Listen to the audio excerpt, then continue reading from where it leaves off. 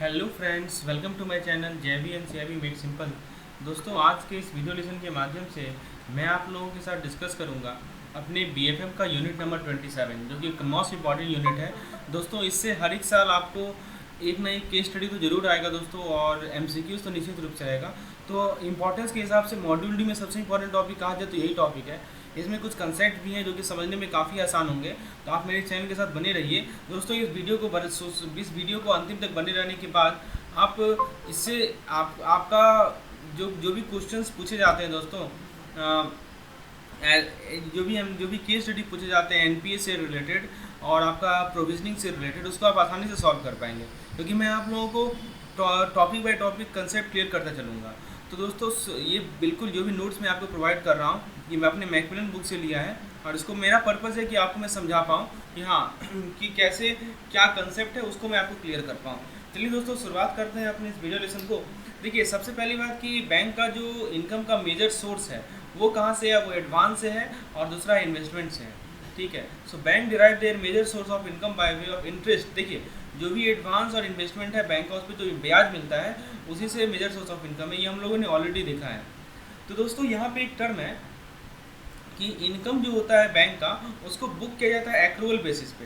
दोस्तों, accrual basis का मतलब क्या होता है? आप लोग जब जेआईबी की तैयारी कर रहे होंगे तो आपने पढ़ा होगा अकाउंटिंग में दो कंसेप्ट होता है। एक होता है कैश बेसिस और एक होता है दोस्तों एक्रूअल बेसिस। तो जो कैश बेसिस होता है दोस्तों, उसमें क्या कहता है कि आपका जो रियलाइजेशन होगा आपके अकाउंटिंग सीट में, वो तब होगा जब वो एक्चुअली रिसीव होगा। ठीक है। और एक्रूअल बेसिस पे क्या होता है कि आपका जब आपका डेबिट हुआ तभी आपको उसमें डाल देना है। तो इनकम को जो आप बुक करते हैं वो एक्रूअल बेसिस पे करते हैं। लेकिन मान लीजिए कि बैंक अपने इंटरेस्ट को रिकवर नहीं कर पाया। अभी मैंने आपको बताया ना, इंटरेस्ट ही सबसे इंपॉर्टेंट सोर्स है बैंक के इनकम का। तो यदि बैंक जो है इंटरेस्ट को रिकवर नहीं कर पा रहा है काउंटर पार्टी से विद इन रिजनेबल टाइम, ठीक है, तो उस इनकम को हम एक्रूअल बेसिस पे नहीं रखते हैं, उसको हम लोग अकाउंट करते हैं या रिकॉग्नाइज करते हैं तभी जब ये एक्चुअली रिसीव हुआ। ठीक है दोस्तों, जैसे कि आप एक इसका मैं आपको एग्जांपल समझाता हूँ दोस्तों। जैसे मान लीजिए कोई बिल पेबल है। ठीक है। तो बिल आज आपको बिल मिला, और बिल का जो ड्यू डेट है वो मान लीजिए आज से एक महीना बाद है, यानी कि 10 जून को है।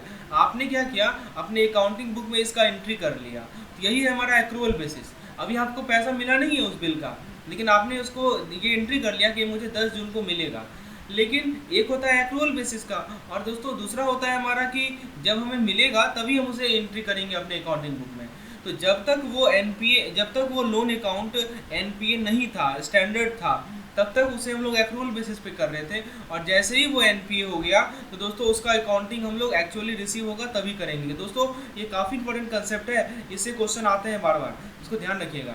यही चीज़ कर रहा है कि income should be not be accounted for और recognise till it is actually receive. तो एक्चुअली रिसीव होना काफ़ी आवश्यक है। तो इस केस में जो एसेट होगा आपका दोस्तों, वो कैसा होगा? वो होगा non performing asset, is called NPA. ठीक है। हम सेकेंड केस की बात कर रहे हैं, जब बैंक अपने इंटरेस्ट को रिकवर नहीं कर सकता है। अब दोस्तों, हम लोग जरा एसेट की क्लासिफिकेशन भी डिस्कस करते हैं। How do we classify the asset? तो ये टॉपिक हमारा एसेट से रिलेटेड है, so we should know how to classify our asset. तो दोस्तों देखिए, सबसे इंपॉर्टेंट कंट्रीब्यूशन इस फील्ड में है वो है एम नरसिम्हन का। तो उन्होंने एक हाई लेवल कमेटी को अपॉइंट किया था अगस्त 1991 में। तो उन्होंने क्या रिकमेंड किया कि जो बैंक का बैलेंस शीट है वो ट्रांसपेरेंट होना चाहिए, और दोस्तों वो इंटरनेशनल अकाउंटिंग स्टैंडर्ड से कॉम्प्लाई होना चाहिए। ये क्वेश्चन पूछा जाता है बार बार कि आखिर ये कौन सा कमेटी था जिसने जिसने रिकमेंड किया कि बैंक का बैलेंस शीट ट्रांसपेरेंट हो और accounting standard international accounting standard से कॉम्प्लाई करे। तो आप जवाब देंगे कि एम नरसिम्हन कमेटी ने ये कहा था। तो दोस्तों, इस कमेटी के अलावा इस कमेटी के द्वारा और भी कुछ पॉइंट कहा गया था। वो देखिए, इस committee recommended that bank should adopt uniform accounting practice. एक ये यूनिफॉर्म अकाउंटिंग प्रैक्टिस की बात की गई थी, किसके रिगार्ड में? In regard to income recognition and bad डेब्ट प्रोविजनिंग। ठीक है। तो इनकम रिकॉग्निशन और बैड डेब्ट प्रोविजनिंग के रिगार्ड में बैंक क्या करे, यूनिफॉर्म अकाउंटिंग प्रैक्टिसेस को अडॉप्ट करें। ठीक है। तो दोस्तों, इसके अलावा इस कमेटी ने एक और सजेशन दिया कि जो प्रोविजनिंग है दोस्तों, प्रोविजनिंग क्या होता है मैं आपको आगे बताऊंगा। Provisioning should depends on proper classification of asset. बिल्कुल सही बात है। सबसे पहले हम ये जानें कि एसेट कितने तरह के होते हैं। एसेट का क्लासिफिकेशन होना काफ़ी आवश्यक है। आप जब एसेट को क्लासिफाई कर लेंगे तभी आप प्रोविजनिंग करें। ठीक है, और वही हम लोग इस टॉपिक में करने वाले हैं। आप टॉपिक का हेडिंग देखिए, हेडिंग है asset classification and provisioning norm. तो पहले आप एसेट को क्लासिफाई करना सीखिए और तब उस पर प्रोविजनिंग कीजिए, ठीक है। तो बैंक के लिए एसेट क्या है, उसका लोन ही तो बैंक के लिए एसेट है, ठीक है। तो दोस्तों एसेट के बारे में हम लोगों ने ऑलरेडी पिछले यूनिट में डिस्कस किया था। तो आरबीआई ने क्या इंट्रोड्यूस किया, आरबीआई ने प्रूडेंशियल नॉर्म इंट्रोड्यूस किया फॉर इनकम रिकॉग्निशन, इनकम को रिकॉग्नाइज करने के लिए, एसेट को क्लासिफाई करने के लिए और प्रोविजनिंग करने के लिए आरबीआई ने प्रूडेंशियल नॉर्म्स को इंट्रोड्यूस किया। ध्यान दीजिएगा, आरबीआई ने क्या इंट्रोड्यूस किया, प्रूडेंशियल नॉर्म्स को इंट्रोड्यूस किया, ठीक है। तो दोस्तों इसीलिए अब आप देखेंगे कि जो आपका क्लासिफिकेशन ऑफ एसेट्स है उसको एक प्रॉपर वे में किया जाता है, ऑब्जेक्टिव बेसिस पे किया जाता है, on the basis of record of recovery, ठीक है। तो दोस्तों सबसे पहला जो कंसेप्ट है वो है हमारा एनपीए, एनपीए यानी नॉन परफॉर्मिंग एसेट। सबसे पहले हम लोग समझते हैं कि एनपीए होने का क्या क्या कंडीशन है, आखिर हम कब किसी लोन अकाउंट को या किसी एडवांस को एनपीए कहेंगे। तो काफ़ी इंपॉर्टेंट कंसेप्ट है दोस्तों। एनपीए का मतलब आप ये समझिए कि वो पार्टिकुलर एसेट अब आपके लिए इनकम को जनरेट नहीं कर रहा है, ठीक है। तो दोस्तों अलग अलग केस में अलग अलग नियम है। तो सबसे पहला हम लोग डिस्कस करते हैं दोस्तों टर्म लोन का। ध्यान दीजिएगा, we are talking about term loan. Term loan आपको पता है, टर्म लोन एक ऐसा लोन होता है जिसका एक फिक्स पीरियड होता है, सर्टेन पीरियड के बाद इसका ईएमआई के बेसिस पे इसका रिपेमेंट किया जाता है दोस्तों, ठीक है। आपको टर्म लोन में दोस्तों ईएमआई के बेसिस पे आप रिपेमेंट करते हैं। तो इसमें क्या किया गया है कि यदि आपका टर्म लोन का केस है तो उस केस में एनपीए तब कहलाएगा टर्म लोन जब उसका इंटरेस्ट या उसका जो इंस्टॉलमेंट है, प्रिंसिपल का इंस्टॉलमेंट जो है वो ओवर ड्यू है। ओवर ड्यू मतलब समझते हैं ना, नहीं आपको पेमेंट मिल रहा है for period of more than 90 days. मतलब देखिए 90 दिन से ज़्यादा वो ओवर, मतलब ड्यू डेट जो होता है दोस्तों, ड्यू डेट समझते हैं ना कि हाँ ये हमारा ड्यू डेट है पहले इंस्टॉलमेंट का, तो उस दिन उस कस्टमर ने पैसा नहीं जमा किया, तो इतना नहीं, साथ साथ 90 दिन तक जमा नहीं किया उसने, तब वो अकाउंट का स्टेटस एनपीए कहलाया जाता है। तो दोस्तों ये टर्म लोन का कंडीशन याद रखिएगा, यहाँ से क्वेश्चन बन सकते हैं। टर्म लोन के लिए 90 डेज का कंस्ट्रेंट है। जो सेकेंड टाइप है हमारा एसेट का, वो हम लोग लेते हैं ओवरड्राफ्ट या कैश क्रेडिट लोन।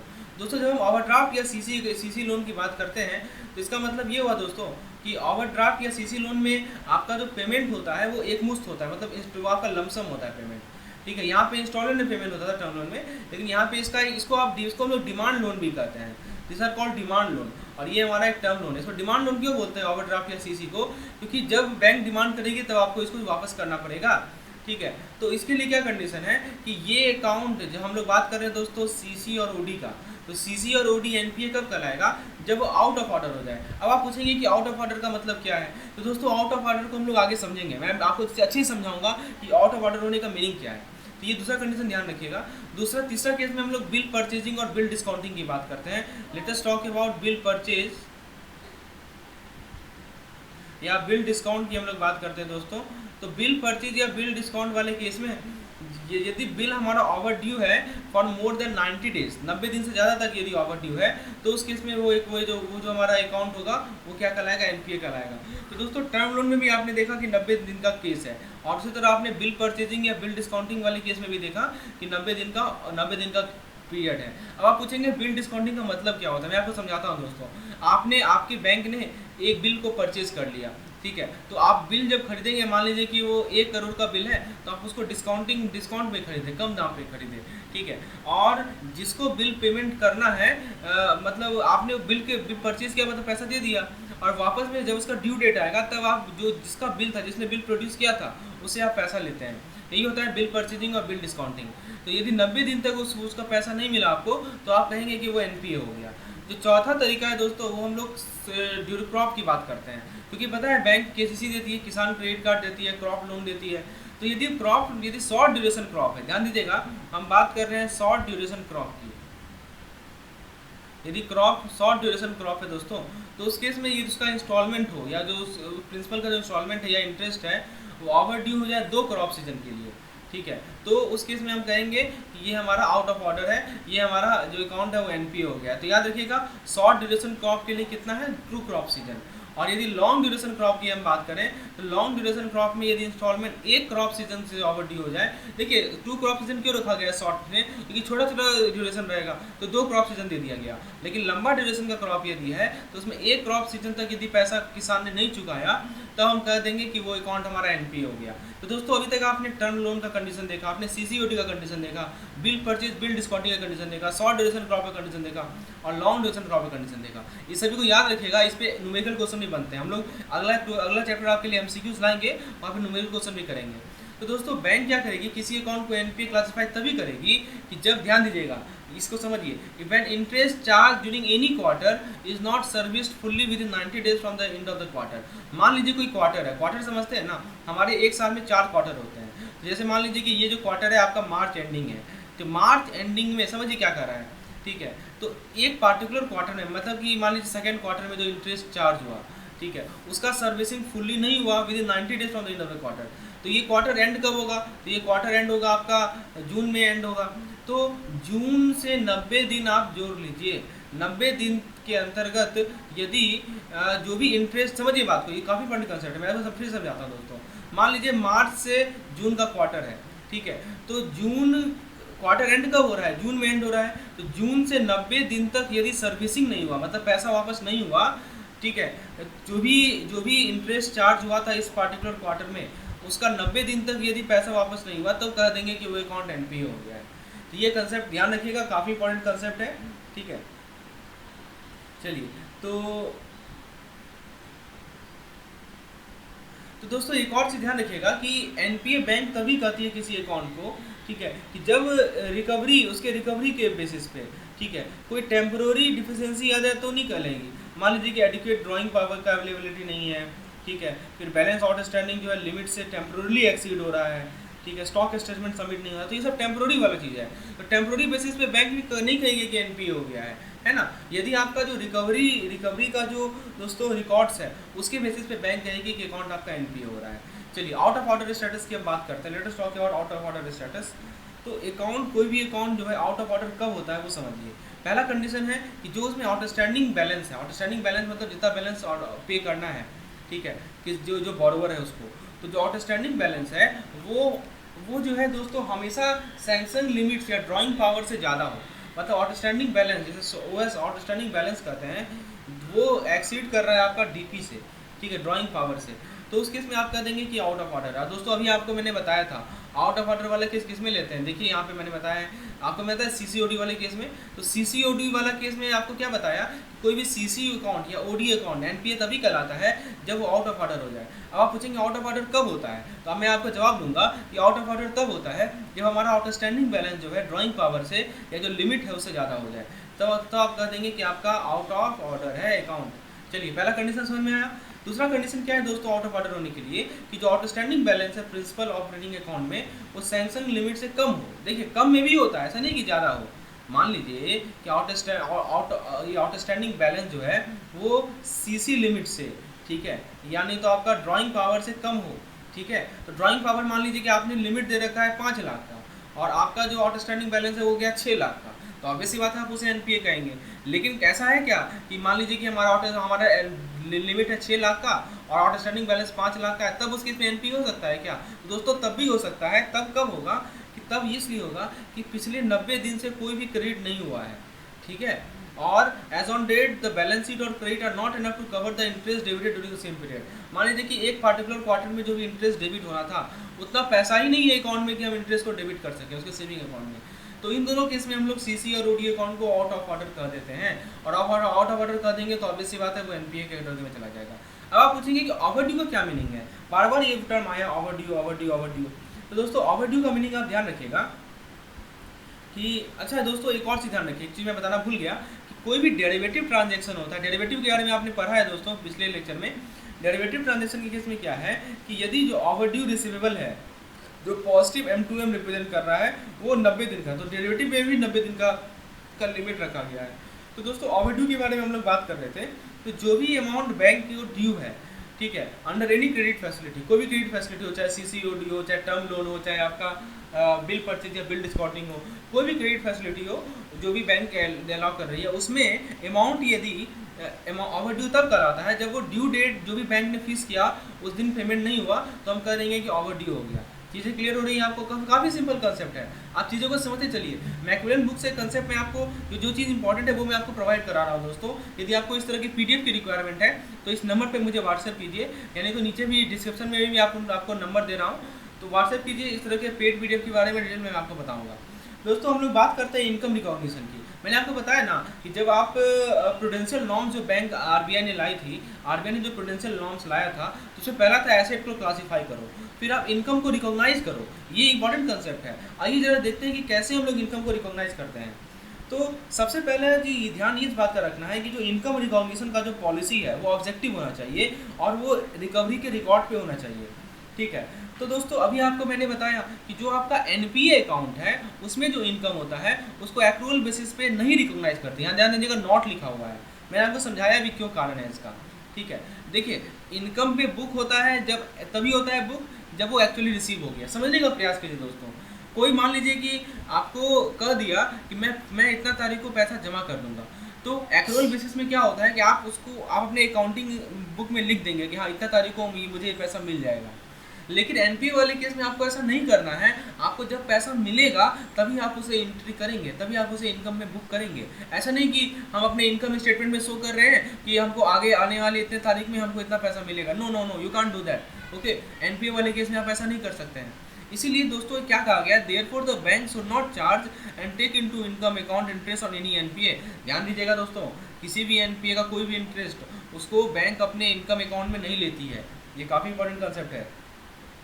ठीक है, तो आप समझ रहे हैं ना कि एनपीए अकाउंट को कैसे, एनपीए अकाउंट को हमें इनकम में लेना है या नहीं लेना है, तो वो उसका कुछ नियम है, वो मैं आपको समझा रहा हूँ।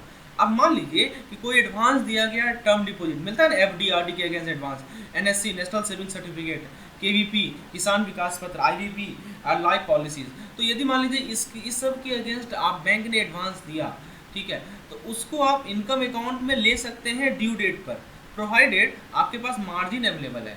मतलब चलिए उस पर जो इंटरेस्ट है, हाँ उस पर इंटरेस्ट जो भी है उसको आप अपनी इनकम में ले सकते हैं, लेकिन एनपीए वाले अकाउंट पे इंटरेस्ट आप नहीं ले सकते हैं दोस्तों। ठीक है, चलिए तो आप देख रहे हैं अलग अलग एडवांस के केस में क्या क्या नियम है इनकम रिकॉग्निशन का, वो जरा देख रहे हैं आप। चलिए तीसरा केस हम लोग डिस्कस करते हैं दोस्तों कि आपके पास कोई गवर्नमेंट का गारंटीड एडवांस है, वो एनपीए हो जाए तब क्या होगा। तो जो भी इंटरेस्ट है ऐसे एडवांस पे उसको भी आपको इनकम अकाउंट में नहीं लेना है। You should not take the interest on to your income account unless the interest has been realise. जब तक इंटरेस्ट रियलाइज नहीं हो जाए दोस्तों, ये सब इंटरेस्ट, ये सब कंसेप्ट काफ़ी इंपॉर्टेंट है। ये सब क्वेश्चन बनेगा। और दोस्तों ये सब चीज़ आप लोग डेली फेस करते हैं बैंक में, आप लोग डेली इनकाउंटर करते हैं बैंक में। सो दैट्स वाई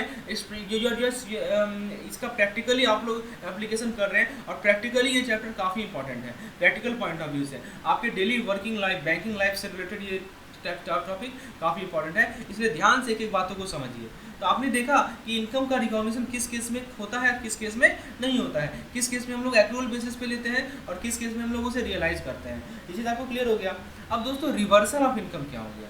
मान लीजिए कि कोई एडवांस जिसमें बिल परचेज हो या डिस्काउंटेड हो, एनपीए हो गया किसी क्लोजिंग ईयर, किसी साल के क्लोज में, ठीक है, और उसका जो इंटरेस्ट एक्रूड था उसको हम लोगों ने इनकम अकाउंट में क्रेडिट कर दिया in the corresponding previous year, तो उसको रिवर्स नहीं करना है। हाँ, provided if the same is not realise, जिसमें अप्लाई। देखिए क्या करने का मतलब है कि मान लीजिए कि प्रीवियस ईयर में कोई पार्टिकुलर एडवांस था, चाहे बिल परचेज हो, बिल डिस्काउंट हो, वो उस साल के अंत तक एनपीए में आ गया। तो जो भी इंटरेस्ट आपने दिखाया है या क्रेडिट किया है इनकम अकाउंट में प्रीवियस ईयर में, आपने तो दिखाया, आप देखिए प्रीवियस ईयर में तो स्टैंडर्ड था, आपको तो पता नहीं था कि वो एनपीए हो जाएगा, लेकिन हो गया वो एनपीए। तो आपने क्या किया था कि अपने इनकम अकाउंट में तो दिखाया था कि हाँ ये मेरा इनकम है, इसको ये मुझे इनकम देगा, ये इंटरेस्ट मेरा इनकम है, लेकिन साल के अंत में क्या हो गया, साल के अंत में वो हो गया आपका एनपीए। ठीक है, तो अब क्या कीजिएगा आप उसे, तो दोस्तों नियम क्या है, शुड बी रिवर्स्ड। ठीक है, आपको उसको रिवर्सल करना पड़ेगा। आपने जो अपना इनकम दिखाया था उसको रिवर्स करना पड़ेगा, उसको अगले साल के आपके फाइनेंशियल ईयर के अकाउंटिंग बैलेंस में आपको उसे रिवर्सल करना पड़ेगा। हाँ, यदि वो रियलाइज नहीं हुआ है तो, यदि रियलाइज हो गया तब कोई बात ही नहीं, यदि रियलाइज नहीं हुआ है तब तक आप उसे रिवर्सल करना होगा। और सेम कंसेप्ट अप्लाई होता है गवर्नमेंट गारंटी अकाउंट में भी, तो ये सब ध्यान रखना है आपको। चलिए आगे देखते हैं दोस्तों, ये हम लोग पढ़ क्या रहे हैं, हम लोग पढ़ रहे हैं रिवर्सल ऑफ इनकम को। हम लोग देखेंगे कि कब इनकम रिवर्सल कब होता है। चलिए सेकंड केस है, मान लीजिए कि एनपीए के केस में, ठीक है, तो दोस्तों जो भी फीस है, जो भी कमीशन है और जो भी सिमिलर इनकम है, जो भी एक्रूअल हो चुका है, should cease to accrue in the current period and should be reversed और provided for with respect to past period if uncollected. ठीक है, एनपीए के केस में जो फीस है, कमीशन है और ऐसा इनकम जो भी एक्रूड हो गया उसको, और लेकिन उसको रिवर्स करना पड़ेगा हमें अगले पीरियड में। चलिए यहाँ तक क्लियर है दोस्तों आपको। उसके बाद दोस्तों एप्रोप्रिएशन भी होता है रिकवरी का एनपीए में। तो जो भी इंटरेस्ट रियलाइज होता है एनपीए में उसको इनकम अकाउंट में लेते हैं, provided the credit in the account toward interest और नॉट आउट ऑफ हिज। ठीक है, तो चलिए अब हम लोग एसेट, तो पहले हम लोगों ने क्या सीखा अभी तक, इनकम रिकॉग्निशन को समझ लिया कि इनकम को कब रिकॉग्नाइज करना है और कब हमें रिवर्सल करना है। अब दूसरा कंसेप्ट है प्रूडेंशियल नॉर्म का कंसेप्ट है वो एसेट क्लासिफिकेशन।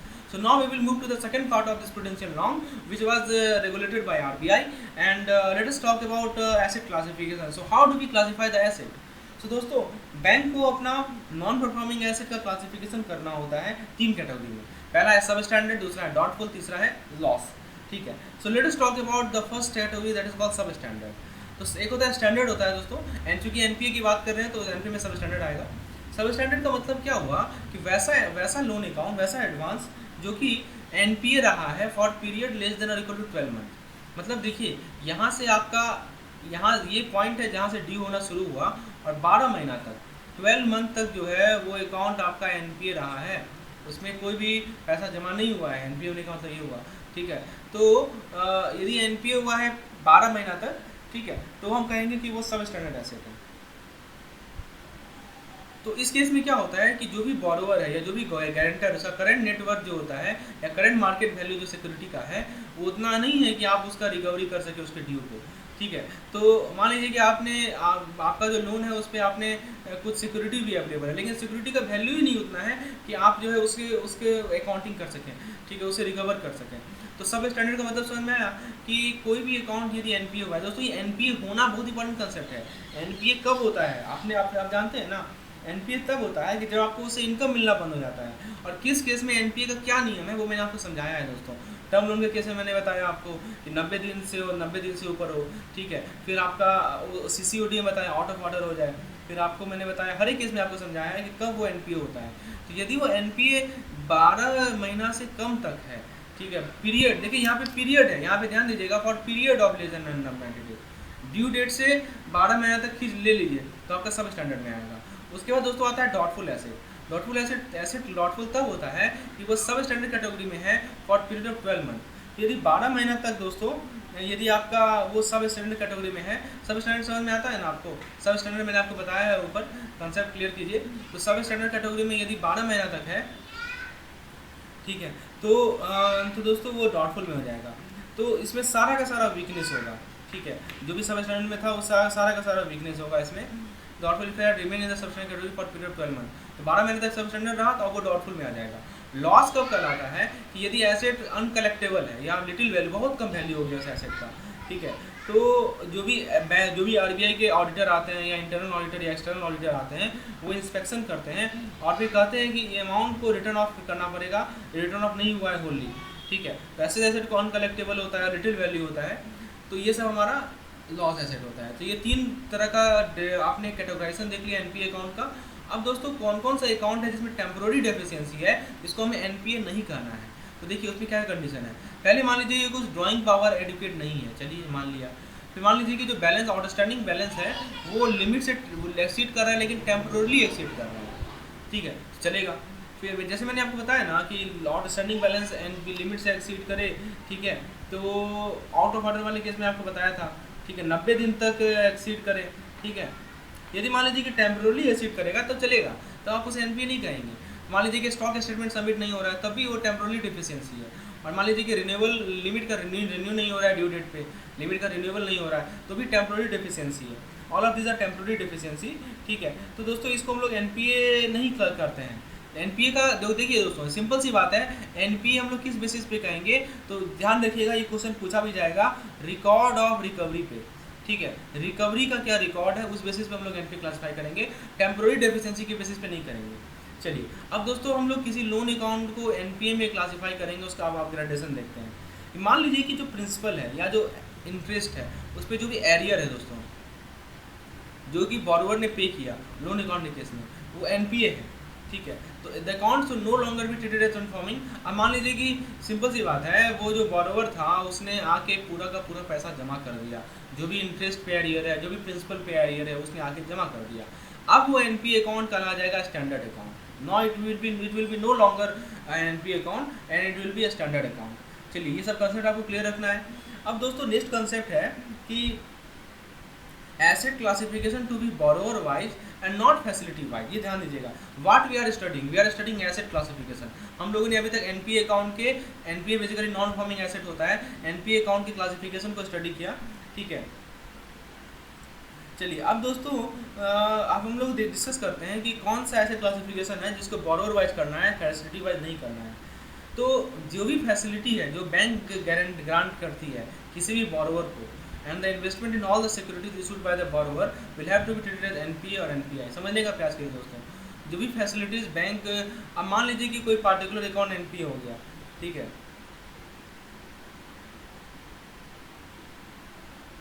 तो आपको क्या करना है कि एक बोरोवर या इन्वेस्टर को जो भी फैसिलिटी ग्रांट किया गया है वो आपका करा जाएगा एनपीए, ठीक है। तो जो भी सिक्योरिटीज है सभी के सभी एनपीए करा जाएंगे। दूसरा क्या है कि मान लीजिए कि debit arising out of devolvement of letter of credit और invoke guarantees are parked in separate account, ठीक है। The balance outstanding in that account should be treated as part of the borrower principal operating account और with application principal norms. चलिए, तो ये सब है दोस्तों बोरोवर वाइज होता है। एडवांस अगेन कंसोर्टियम मैनेजमेंट, तो दोस्तों यदि कंसोर्टियम मैनेजमेंट है तो उस केस में एडवांस कैसे मिलता है, तो वो उसका कारण, उसका मेन है रिकॉर्ड ऑफ रिकवरी। मैं बार बार इस वर्ड को रिपीट कर रहा हूँ। इंडिविजुअल मेंबर बैंक के रिकॉर्ड ऑफ रिकवरी को देखकर आप उसके एसेट को क्लासिफाई करेंगे, ठीक है। तो यदि मान लीजिए कि बोरोवर ने कोई फ्रॉड कमिट किया है तो एसेट को आप सीधा डाउटफुल या लॉस में कर दीजिए, ठीक है। कोई भी जरूरी नहीं है उसको आपको सब स्टैंडर्ड करने का। जब भी आपका, ध्यान दीजिएगा, जब भी फ्रॉड कमिट हुआ है दोस्तों बोरोवर के द्वारा, तो ऐसे अकाउंट को क्या करना है आपको, ठीक है। तो ऐसे सीरियस क्रेडिट इम्पेयरमेंट में उसको सीधा आप डॉटफुल या लॉस एसेट में ये कर दीजिए, क्लासीफाई कर दीजिए। ध्यान रखिएगा, इससे क्वेश्चन पूछा जाएगा। उसके बाद दोस्तों आपका कोई टर्म डिपॉजिट है, कोई एनएससी है, कोई केवीपी है, कोई आईवीपी है, उसके अगेंस्ट एडवांस को आप एनपीए ट्रीट नहीं करना है, ठीक है। तो इसके एडवांस को आपको एनपीए ट्रीट नहीं करना है। कोई गोल्ड ऑर्नामेंट, कोई गवर्नमेंट सिक्योरिटीज़, तो उसको इस एग्जाम्पशन से कवर नहीं होता है दोस्तों, ठीक है। तो this should be clear to you. तो यार ध्यान रखिएगा कि इसको हम लोग एनपीए नहीं करना, लेकिन बात क्या है कि आपके पास मार्जिन होना चाहिए। आपने जो है एडवांस देते समय जो भी लोन दिया है उसे आपने मार्जिन लिया है कस्टमर से, ठीक है। अब उसके बाद loan with moratorium for payment of interest. कुछ लोन ऐसे होते हैं जैसे मोरेटोरियम पीरियड होता है। मोरेटोरियम पीरियड मतलब कि non interest bearing period, non interest charging period, मतलब वो पीरियड जिसमें इंटरेस्ट चार्ज नहीं होता है। तो उस केस में क्या नियम है एनपीए होने का, ये जरा देखते हैं। तो मान लीजिए कि आप एक एग्जांपल को कंसीडर कीजिए दोस्तों। ये जो आपका ऐसा लोन ड्यू तभी होता है कि जब मोरेटोरियम या जेस्टेशन पीरियड ओवर हो जाए, ठीक है।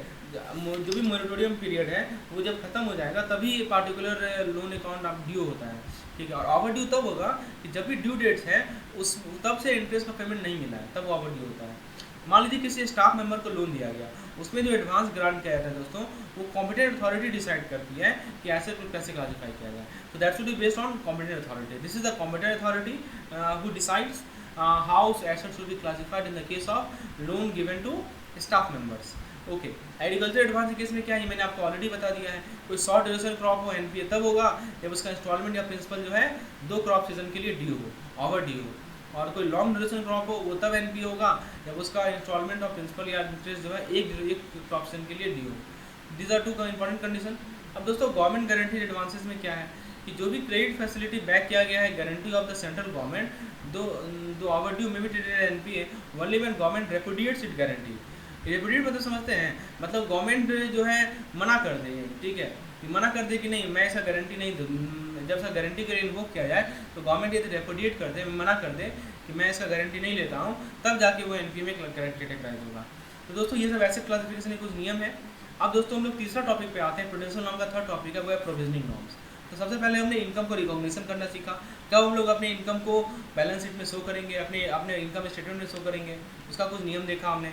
उसके बाद हमने एसेट क्लासिफिकेशन का नियम देखा अलग अलग केसेस में, अलग अलग एडवांस केस में। थर्ड जो इंपॉर्टेंट कंसेप्ट है वो है प्रोविजनिंग। आप प्रोविजनिंग की बात आती है तो दोस्तों कंसेप्ट क्लियर करते चलेंगे। जो भी चीज़ हम लोगों ने पिछले सेशन में पढ़ा है उसका कंसेप्ट क्या यहाँ पे यूज होगा प्रोविजनिंग नॉर्म को समझने के लिए। आइए दोस्तों समझते हैं प्रोविजनिंग नॉर्म को अच्छे तरीके से। तो बैंक को करना क्या है कि प्रोविजन करना होता है नॉन परफॉर्मिंग एसेट के लिए। डिपेंडिंग ऑन क्लासिफिकेशन और कैटेगरी ऑफ द एसेट। तो किस पे डिपेंड करके? दो चीज़ है, एक तो सिक्योरिटी का वैल्यू, पहले दो चीज़ का पॉइंट है, पहला है क्लासिफिकेशन ऑफ एसेट।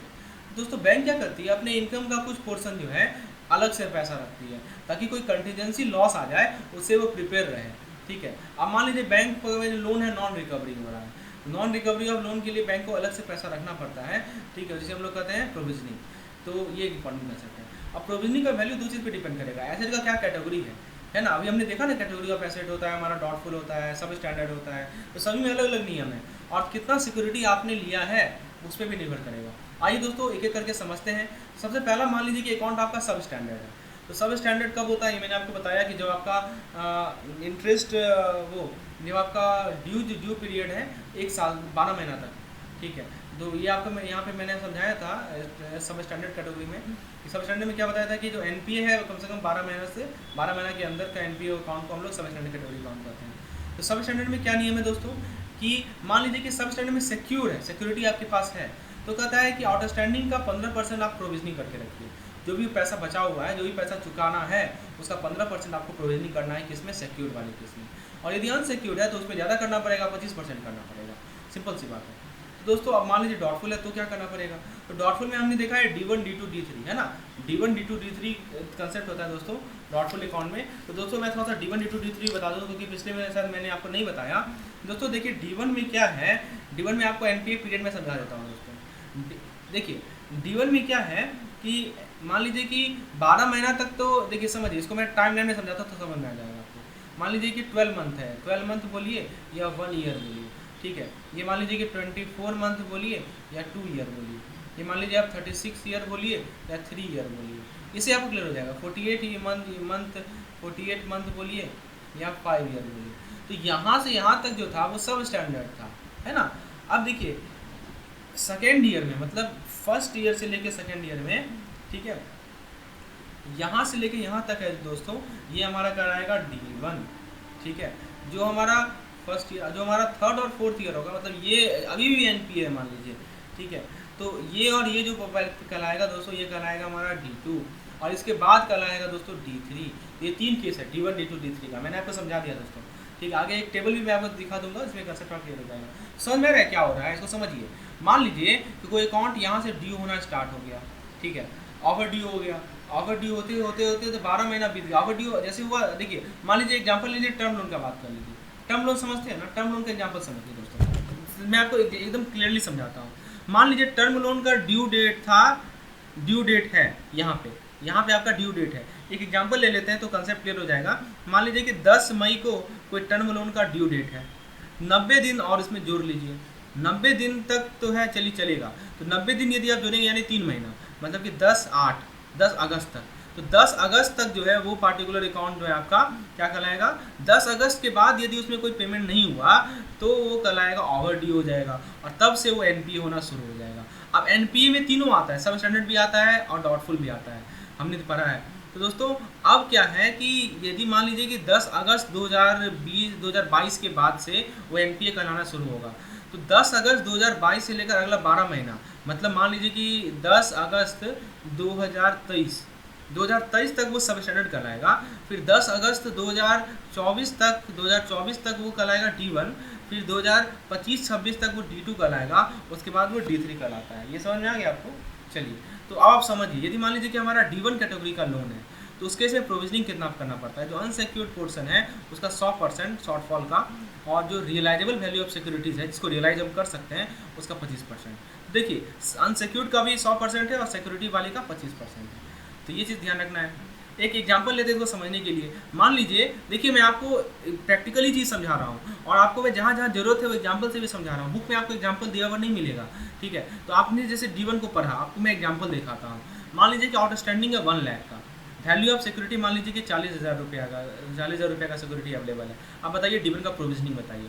तो दोस्तों फॉर्मूला आपके सामने है। फॉर्मूला में क्या कर रहा है, इसको 2 पार्ट में डिवाइड कर लीजिए, ठीक है। आपके पास जो है 1 लाख का आउटस्टैंडिंग है, तो यहाँ पे लिख दीजिए 1 लाख, ठीक है। इसमें 40,000 है, इसमें से आपको सिक्योरिटी अवेलेबल है, और बाकी 60,000 का सिक्योरिटी आपका अवेलेबल नहीं है। तो नियम क्या कहता है कि ये आपका सिक्योर्ड पोर्शन है, ये आपका अनसिक्योर्ड पोर्शन है ना। तो अनसिक्योर्ड पोर्शन का 100%, ठीक है। तो ये 60,000 है जो अनसिक्योर्ड पोर्सन है, इसका 100%, ठीक है। और जो सिक्योर्ड पोर्सन है उसका 25%। देखिए अब हम करते हैं, बताइए 60,000 का 100% कितना होगा, 60,000 होगा, और 40,000 का 25% कितना होगा, 10,000 होगा। तो आपको प्रोविजनिंग 70,000 का करना पड़ेगा। तो देखिए कंसेप्ट क्लियर है ना। अब D2 में देखिए क्या कहता है, तो D2 में कहता है कि देखिए D2 में तो ऑब्वियस सी बात है ज़्यादा प्रोविजनिंग करना पड़ेगा, तो वहाँ पे 25% करेंगे लेकिन 40% करेंगे, ठीक है। और शॉर्टफॉल का तो पूरा का पूरा करना ही करना है, जो अनसिक्योर्ड पोर्सन है। एग्जाम्पल ले लेते हैं, आउटस्टैंडिंग है 1 लाख। देखिए इसको समझिए, 1 लाख आपका आउटस्टैंडिंग बैलेंस है, इसमें आपका एक सिक्योर्ड होगा एक अनसिक्योर्ड होगा। तो सिक्योरिटी आपको 40,000 का ही अवेलेबल है, तो 60,000 का सिक्योरिटी आपको नहीं अवेलेबल है, सिक्योर्ड या अनसिक्योर्ड है। अब चूंकि ये D2 कैटेगरी में आ रहा है, तो D2 में 40,000 में सिक्योर्ड है, तो 40,000 का आपको कितना परसेंट लेना है, सिक्योरिटी का आपको पता है 40% लेना है, और अनसिक्योर्ड का पूरा 100% लेना है ना। तो दोस्तों 100% 60,000 का लीजिएगा तो कितना हो जाएगा, 60,000 हो जाएगा। और 40,000 का 40% लीजिएगा तो कितना हो जाएगा, 16,000 हो जाएगा। तो इस दोनों को जोड़ दीजिएगा तो कितना हो जाएगा, 76,000 हो जाएगा, ठीक है। तो ये हमारा 76K हो जाएगा इसका आंसर। यदि हम D3 की बात करें, तो D3 में क्या नियम है कि जो आउटस्टैंडिंग है उसका 100% प्रोविजनिंग करना है, ठीक है। D3 में आउटस्टैंडिंग का हमको 100% प्रोविजनिंग करना है, ये ध्यान रखना है आपको दोस्तों।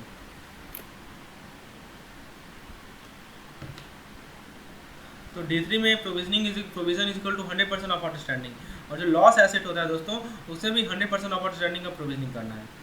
दोस्तों ये तो आपको क्लियर हो गया। अब सिक्योरिटी की वैल्यू की बात करते हैं। तो देखिए यदि RVS यानी रिलायजेबल वैल्यू ऑफ सिक्योरिटी यदि 10% से कम है तो लॉस एसेट होता है, यदि 50% से कम है रिलायजेबल वैल्यू ऑफ सिक्योरिटी तो वो हमारा डॉटफुल सिक्योरिटी डॉटफुल वन में आएगा, और 50% ज़्यादा है रिलायजेबल वैल्यू तो सब स्टैंडर्ड में आता है। तो दो चीज़ मैंने आपको बताया ना कि जो अपना प्रोविजनिंग नॉर्म्स है वो दो चीज़ पे डिपेंड करता है। एक तो हमने देखा कि वो किस कैटेगरी में है और एसेट क्लासिफिकेशन, और दोस्तों दूसरा हमने देखा कि वो वैल्यू ऑफ सिक्योरिटी कितना है। तो यहाँ पे आप देख सकते हैं। चलिए अब दोस्तों यहाँ पे आप देखिए स्टैंडर्ड एसेट केस में प्रोविजनिंग का क्या नियम है। तो direct advance to agriculture and SME sector 0.25, commercial real estate का 1%, इतना परसेंट प्रोविजनिंग करना पड़ता है। CRE रजिस्ट्रेशन लॉस, ये स्टैंडर्ड कैटेगरी की बात है, स्ट्रक्चर एडवांस। तो इसके बाद देख लीजिएगा दोस्तों। उसके बाद जिसका है PCR क्या होता है, प्रोविजनिंग कवरेज रेशियो।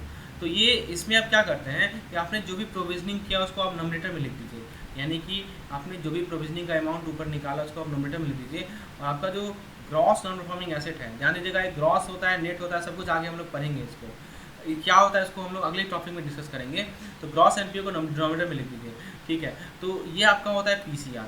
तो ये क्या दिखाता है, ये दिखाता है extend of fund bank has kept aside to cover loan losses. मतलब अपने ग्रॉस NPA का कितना परसेंट आपने प्रोविजनिंग कर रखा है, आपने कितना फंड को एक्स्ट्रा करके रखा है अपने लोन लॉस को बचाने के लिए। तो बैंक क्या करे, अपने प्रोविजनिंग कुशन को ऑगमेंट करे, बढ़ाए, जिसमें आपका स्पेसिफिक प्रोविजन हो against NPA as well as floating provision, और ये इंश्योर करे कि PCR जो है वो 70% से ज़्यादा ही हो, PCR 70% ज़्यादा ही हो, ताकि लॉस वाले केस में उसके बाद सफिशिएंट प्रोविजनिंग हो, ठीक है। PCR should be greater than 70%। अब NPA को घटाने के लिए देखो बैंक ने कुछ नियम लगाया है। अब आइए जरा पढ़ते हैं वो कौन कौन सा नियम है NPA घटाने के लिए। सबसे पहला है SDR होता है स्ट्रेटेजिक डेप्ट रिस्ट्रक्चरिंग। दोस्तों SDR में क्या होता है कि बैंक अपने डेप्ट या लोन को इक्विटी होल्डिंग में कन्वर्ट कर देती है। किसी भी डिफॉल्टिंग कंपनी में एक डिफॉल्टिंग कंपनी होता है उसमें इक्विटी होल्डिंग में कन्वर्ट कर देती है, मैनेजमेंट को बदल देती है यदि ज़रूरत होती है तो, और एक सुटेबल बायर पता कर लेती है कंपनी के लिए और इस एसेट के लिए, ताकि बैंक अपने ड्यू को रिकवर कर सके। CDR आपने पढ़ा था पिछले यूनिट में, मैंने आपको समझाया था अच्छे तरीके से CDR क्या होता है, कॉर्पोरेट डेप्ट रिस्ट्रक्चरिंग होता है। ये हमारे देश में 2001 में आया था। जो भी डिस्ट्रेस कंपनी है वो रिस्ट्रक्चर करती है डेप्ट ऑफ मोर, ध्यान दीजिएगा 10 करोड़ से ऊपर का जो डेप्ट होता है 2 या 2 से ज़्यादा लैंडर तक उसे रिस्ट्रक्चर करती है। SDR एक कंसेप्ट है। दूसरा है दोस्तों CRILC। क्या फुल फॉर्म है, फुल फॉर्म पूछ लेगा, credit repository of information on large credit. तो RBI ने CRILC का फॉर्मेशन किया है ताकि वो क्रेडिट डाटा लैंडर को कलेक्ट करे, स्टोर करे और डिसेमिनेट करे। बैंक को क्या करना है, CRILC को रिपोर्ट करना है अपने हर एक बोरोवर को, ठीक है। हाँ, आप क्लासिफिकेशन ऑफ अकाउंट, अभी SMA क्या होता है, स्पेशल मेंटेन अकाउंट होता है, ठीक है। इसको मैं समझाता हूँ दोस्तों। तो बैंक को क्या करना है कि अपना क्रेडिट इन्फॉर्मेशन जिसमें SMA का भी क्लासिफिकेशन हो उसको CRILC को रिपोर्ट करना है, ठीक है। तो with an on the borrowing having aggregate fund based and non fund based exposure और ₹50 मिलियन नेवर विद देम। तो दोस्तों 50 मिलियन आपका 5 करोड़ होता है। तो हाइवर crop loan are exempted from such reporting. दोस्तों ध्यान दीजिएगा कि जो भी आपका फंड बेस्ड और नॉन फंड बेस्ड एक्सपोजर है 50 मिलियन से ऊपर, ठीक है, तो उसका रिपोर्टिंग बैंक को CRILC को करना पड़ता है, ठीक है। चलिए 50 मिलियन समझते हैं ना, 5 करोड़ होता है। लेकिन क्रॉप लोन को इसमें एग्जाम्पशन दिया गया है, ठीक है। लेकिन बैंक क्या करे, अपने एग्रीकल्चर लोन को रिपोर्ट करे एवं इंस्ट्रक्शन पे। चलिए अब दोस्तों आप SMA का बात करें तो पढ़ लीजिए SMA जीरो क्या होता है। SMA जीरो मतलब कि प्रिंसिपल और इंटरेस्ट पेमेंट जो है वो 30 दिन से ज़्यादा ओवरड्यू नहीं है, ठीक है।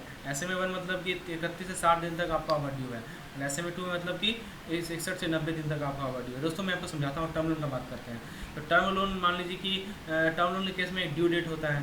तो ड्यू डेट में मान लीजिए कि 90 दिन के पीरियड में पहला 30 दिन, फिर अगला 60 दिन, फिर अगला 90 दिन, ये SMA 0 या SMA 1 या SMA 2, ठीक है। मान लीजिए कि बैंक जो है वो SMA account, special mention account के स्टेटस को रिपोर्ट नहीं कर पाई CRILC को, ठीक है। तो या मान लीजिए कि कुछ ऐसा मेथड के से कंसील करना चाहे, तो दोस्तों उस केस में बैंक को एक्सेलरेटेड प्रोविजनिंग करना पड़ता है।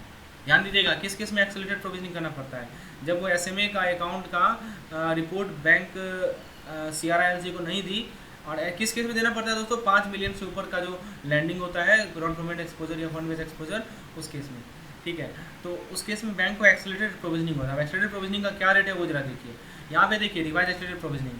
तो सब स्टैंडर्ड में आपको मैंने बताया था कि सब स्टैंडर्ड में 15% है, और सिक्योर्ड वाला और अनसिक्योर्ड में मैंने आपको बताया था 25% है, इंफ्रास्ट्रक्चर के लिए 20% है। लेकिन इस केस में एक्सेलरेटेड के लिए कोई चेंज नहीं है, लेकिन सब स्टैंडर्ड के केस में 40% कर दिया है। डॉट लोन में आपको बताया था कि सिक्योर्ड पोर्शन में 25% है और अनसिक्योर्ड पे 100% है, उसको बढ़ा के 40 और 100 कर दिया, क्योंकि बैंक का गलती है ना, उसने जो है डाटा को छुपा के रखा, या उसने SMA का रिपोर्ट नहीं किया CRILC को।